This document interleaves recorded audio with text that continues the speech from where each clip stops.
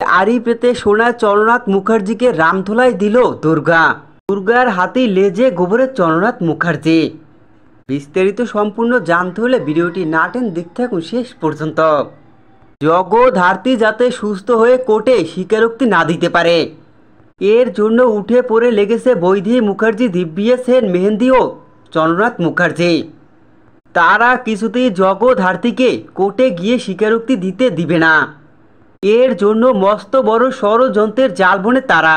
আর এই সবই সিক্স সেন্সেও বুঝতে পারে কৈশিকী মুখার্জি। কৈশিকী মুখার্জি যে তাদের সমস্ত প্ল্যান সিক্স সেন্সে বুঝতে পেরে দুর্গাকে সবটাই জানায়।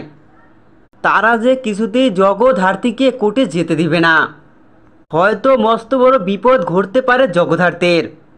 এর জন্যই জগদ্ধাত্রীকে কোর্টে না পাঠিয়ে হুইল চেয়ারে বসা অবস্থায় যাবে দুর্গা। দুর্গা জগদ্ধাত্রী সেজে কোর্টে গিয়ে স্বীকারোক্তি দিবে। এই বিষয়ে কথা বলে কৈশিকী মুখার্জি ও দুর্গা। আর এই সবটাই আড়িপেতে শুনতে থাকে চন্দ্রনাথ মুখার্জি। চাঁদ বদন চন্দ্রনাথ মুখার্জি সবটা আড়িপেতে শুনছে। এটাই দেখতে পেয়ে দুর্গা চন্দ্রনাথ মুখার্জিকে টেনে নিয়ে এসে উচিত শিক্ষা দেয়।